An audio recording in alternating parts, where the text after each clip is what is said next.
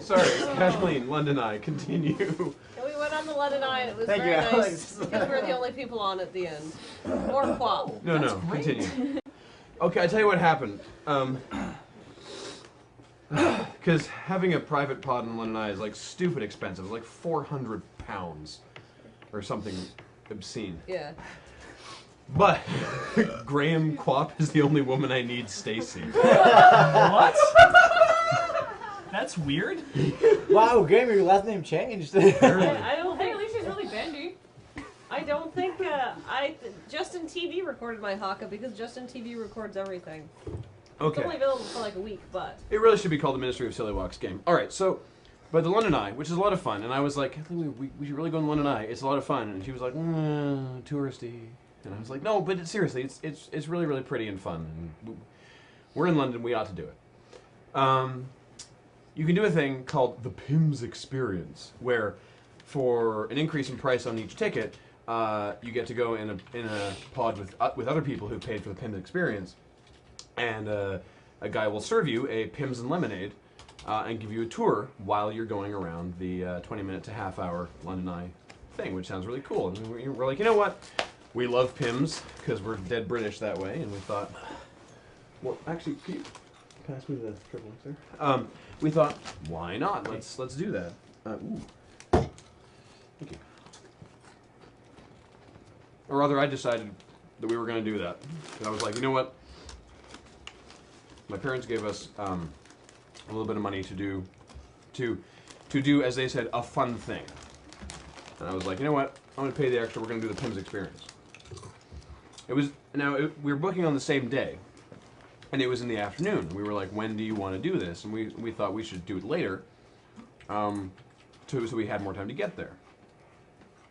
And so we get there, and they weren't expecting more PIMS people.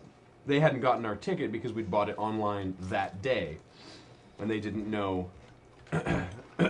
They only got prior bookings. So they were like, oh, well, we have your ticket here. That's fine. We'll take care of that. We'll just have to call a host down because we weren't expecting them, or because we weren't expecting you.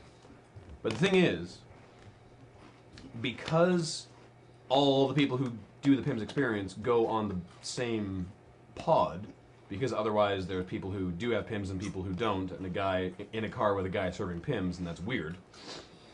And we were the only ones doing the PIMS Experience.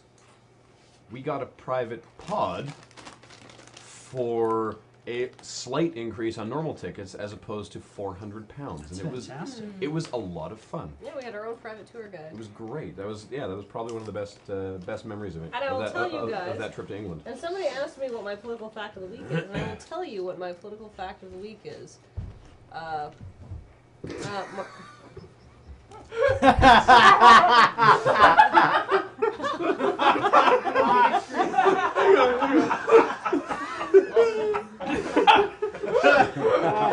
Damn it! Sorry, it was the cool. She's going to kill us. No, Graham is not a cheapskate date. Taki says you're welcome, Graham. Thank you. I was the cheapskate because I was like, I don't want to pay for this. We went for the more expensive one. Yes. That was the opposite of cheap, and we had dinner beforehand. Yeah, we went to a very nice Italian restaurant. So, meh. I had pasta. Oh. But anyhow, Kathleen. my political fact of the week is that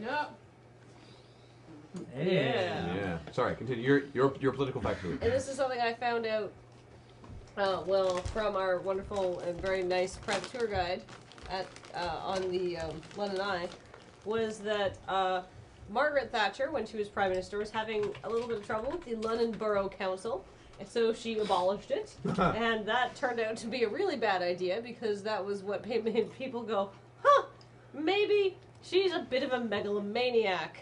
We've had that since, like, the 1700s. They still don't have it back, and the Borough Council building is now, a whole bunch of touristy stuff around the London Eye, if I'm remembering my facts right. It's like, like an aquarium and a bunch of shops and stuff. But they, they basically, that was sort of like the beginning of the end for Thatcher. And when they told her that she was out as Prime Minister, she could be seen going away in a car crying, which is actually quite sad. But that's sort of my Margaret Thatcher facts. Also, Now that was The a really House good of- James May impersonation I just did, wasn't it? also the House of Lords. He was pointing out the House of Lords, and there's a set number of lords, and they actually have a lord surplus at the moment.